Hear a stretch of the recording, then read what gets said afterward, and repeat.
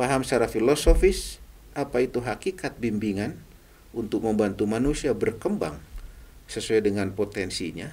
Jadi dia tetap menjadi manusia. Teknologi sekali lagi hanya alat bantu untuk itu. Tidak boleh kita mengganti segalanya dengan teknologi.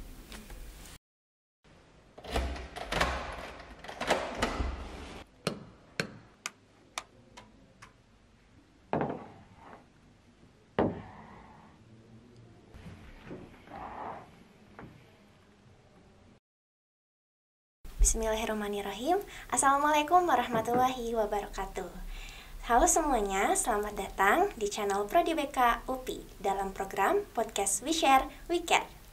Pada kesempatan podcast kali ini, teman-teman akan ditemani oleh saya, Nuraini Hasna Hamidah, selaku host dalam podcast episode ke-1 season kedua.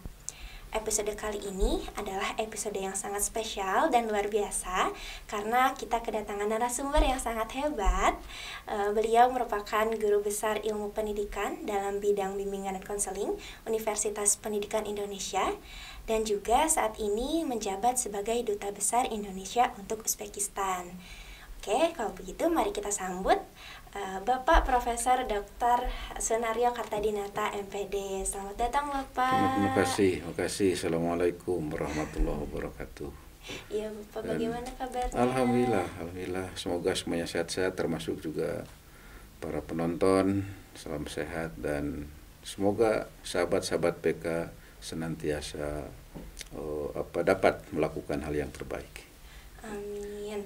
Suatu kebanggaan Bapak bagi kami karena kedatangan Bapak atas narasumber dalam program podcast We Share We Care dari Prodi BK ini gitu.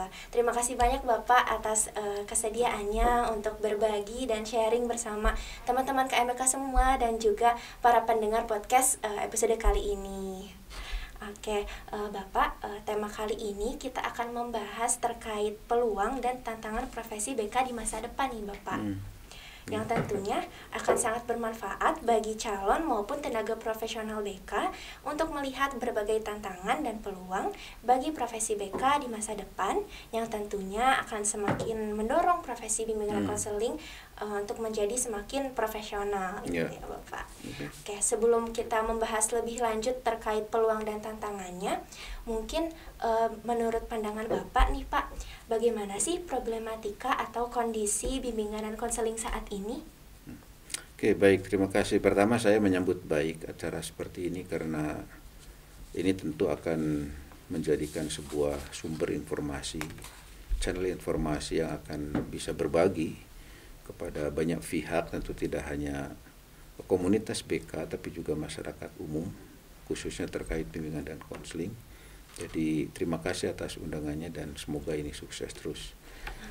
Yang kedua tentang pertanyaan tadi bagaimana kondisi BK pada saat ini, ya saya bisa mengatakan secara objektif bahwa BK pada saat ini sudah cukup berperan dalam dunia pendidikan karena BK Indonesia sudah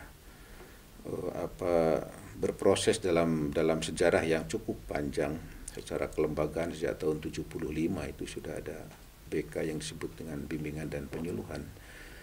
Kendatipun demikian, tentu masih ada hal-hal yang harus kita upayakan karena secara objektif pula bimbingan dan konseling masih belum diperankan atau masih belum berperan secara optimal di dalam dunia pendidikan dan mungkin salah satu faktornya ini terkait pemahaman kepada BK itu sendiri, terutama dilihat dari sisi kebijakan yang memerankan BK.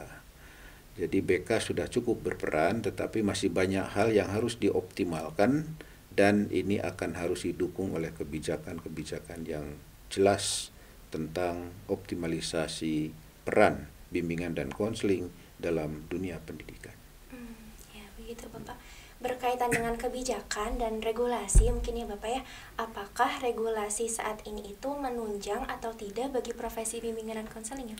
Kalau regulasinya menunjang, karena regulasi itu disiapkan oleh Abgin. Saya sebagai pelaku dari perumusan regulasi itu. Kalau sekarang yang digunakan sebagai payung hukum bimbingan dan konseling itu Permendikbud nomor 111 2014, Itu kan dirumuskan oleh Abkin yang diusulkan kepada Kemdikbud. Saya ada di dalamnya dalam merumuskan itu. Jadi by regulation itu sudah cukup bagus. Pertanyaannya apakah regulasi itu diimplementasikan dengan secara penuh? Ini kan persoalannya.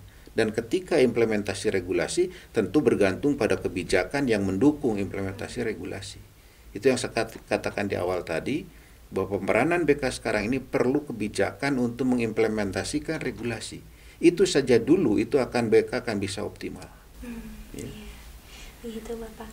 Berkaitan dengan problematika, lalu ada tadi kebijakan dan regulasinya, bagaimana sih Pak tantangan yang akan dihadapi ke depannya gitu Pak oleh konselor atau guru BK di masa depan? Iya, sekarang ini kan orang mengatakan entah dunia disrupsi atau era digital begitu ya, ataupun masyarakat 4.0, masyarakat 5.0. Saya pikir itu semua adalah merupakan wilayah yang menjadi tantangan bukan hanya untuk BK, tapi untuk pendidikan pada umumnya dan barangkali untuk dunia kehidupan pada umumnya. Ya, jadi kalau secara objektif kita lihat ya, katakan saja sekarang ini dunia digital, dunia disrupsi. Katanya disrupsi itu adalah dunia yang cepat berubah. Tapi perubahan ini dipercepat karena teknologi, karena disrupsi sesungguhnya itu ada sejak dulu juga. Sejak manusia ini ada disrupsi, tapi sekarang disrupsi dipercepat karena ada teknologi. Dan kalau kita lihat dalam konteks pendidikan, maka sumber-sumber belajar bagi para siswa itu kan akan sangat terbuka. Tidak hanya bersumber pada guru di kelas, tapi berbagai sumber teknologi itu menjadi amat penting. Nah, dilihat dalam konteks ini, saya cerita mungkin agak panjang dalam ini supaya jelas konsep dan perspektifnya. Nah, ketika sumber belajar ini sangat berdiversifikasi sebagai diverse learning process, dan diverse learner artinya siswanya sendiri kan secara potensi ini bervariasi yang tidak mungkin kita perlakukan sama. Sumber belajar pun bervariasi, apalagi didukung oleh teknologi, maka ini akan sangat mungkin siswa itu tidak mungkin mempelajari segalanya, tapi dia akan mempelajari apa-apa yang mungkin cocok dengan dirinya. Ini kan dan kurikulum nanti ke depan bisa jadi akan sangat cair. Tidak kurikulum yang kaku seperti ini.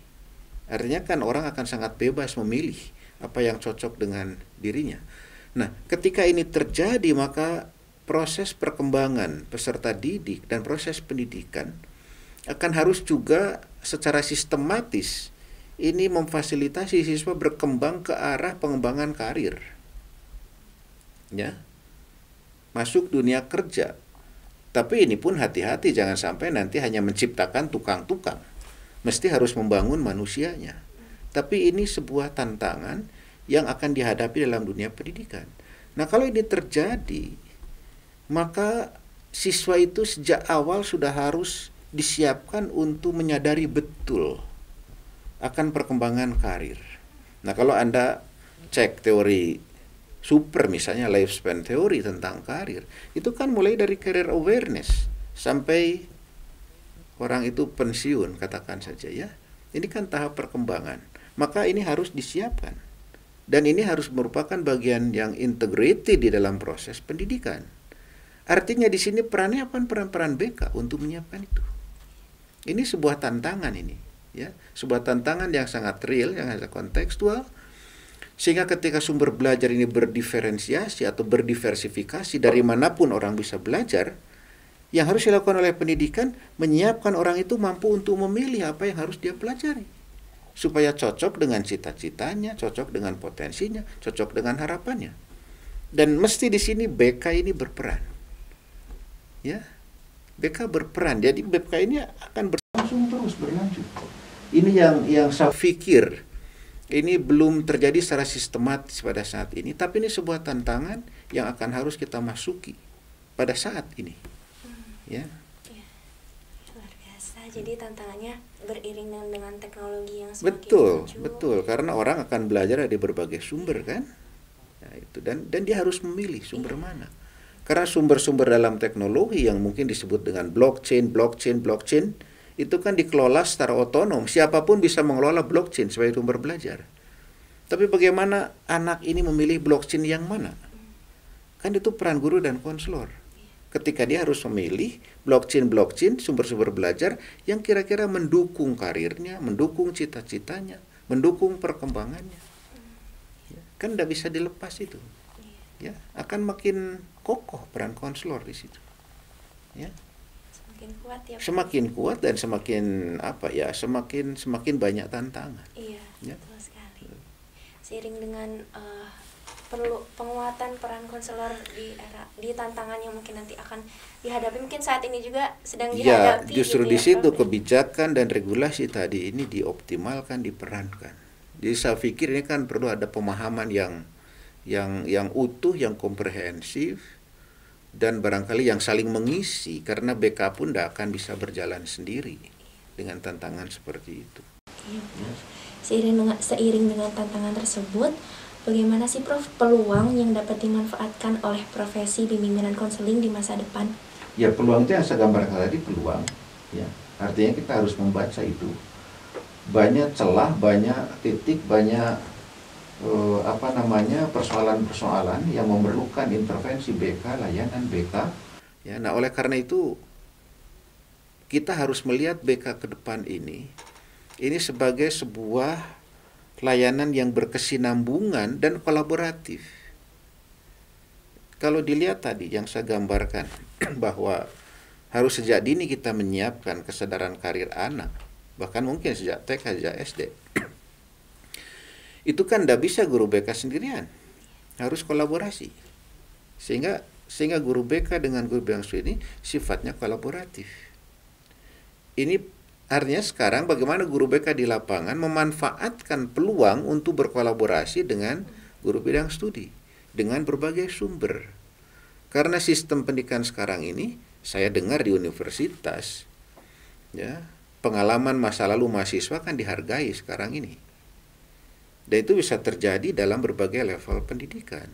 Nah, kalau itu terjadi, ya, maka itu kan artinya proses pendidikan itu harus dibangun secara kolaboratif, ya, sehingga guru BK pun bisa berkolaborasi dengan dunia di luar pendidikan untuk membantu peserta didik. Ya. Atau misalnya dalam praktek, dalam pendidikan vokasi katakan saja, ya, itu bagaimana yang disebut dengan teaching factory. Ya. Guru praktek membimbing anak di industri, tapi guru BK juga masuk di situ. Ya. Kolaborasi. Ini kan peluang yang bisa dimanfaatkan supaya BK tetap eksis, dan bukan hanya supaya eksis, tapi memang itu tantangannya. Ya.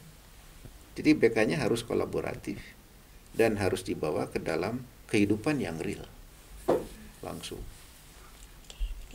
Berkolaborasi dan membawa kehidupan kepada kehidupan real, karena belajar sekarang ini belajar dalam kehidupan nyata. Sehingga proses bimbingan itu, proses pendidikan itu harus integrasi antara belajar, hidup, dan bekerja. Belajar, hidup, dan bekerja. Iya. Oke. Oh iya Prof, dari peluang-peluang tersebut tentunya kan kita sebagai calon tenaga profesional guru BK ataupun tenaga profesional guru BK itu perlu mengembangkan kompetensi gitu ya Pak, yang harus dimiliki dan harus dikembangkan lagi gitu. Nah, bagaimana sih Pak kompetensi-kompetensi apa yang harus dimiliki oleh calon guru BK atau konselor? Ya, tentu kompetensi yang pernah kita rumuskan, saya pikir itu harus dikuasai, mulai dari pemahaman peserta didik secara mendalam dengan berbagai teknik assessment. Tentu itu harus dikuasai oleh konselor, tetapi kita tidak boleh berhenti dengan teknik assessment yang sifatnya kuantitatif. Artinya grand theory tentang perkembangan manusia secara kontekstual. Nah, ini juga penting ini. Kalau kita belajar perkembangan manusia dari berbagai teori, mungkin psikologi, tidak cukup di situ. Karena manusia berkembang dalam konteks. Sehingga ini harus yang digunakan barangkali critical theory atau critical psychology. Artinya psikologi kritis yang memahami individu dalam konteks. Tidak hanya by teori ini begini, teori ini begini, tapi konteks kehidupan nyatanya seperti apa. Saya kira ini konselor harus paham itu. Ya, pertama itu. Yang kedua, konselor harus paham diferensiasi kebutuhan dan perkembangan peserta didik. Karena peserta didik ini, apalagi sekarang dengan visi dunia pendidikan inklusi, konselor harus paham akan keberadaan anak-anak berkebutuhan khusus yang mungkin memerlukan treatment tertentu, tapi dia harus masuk terintegrasi di dalam layanan-layanan pendidikan pada umumnya ataupun bimbingan dan konseling. Dan kalau lihat dalam konteks sekarang, seorang konselor mesti juga menguasai teknologi. Ya, menguasai teknologi. Tapi ingat, teknologi itu hanya alat. Jangan dijadikan sesuatu yang menggantikan teknik layanan antara konselor dengan konseli.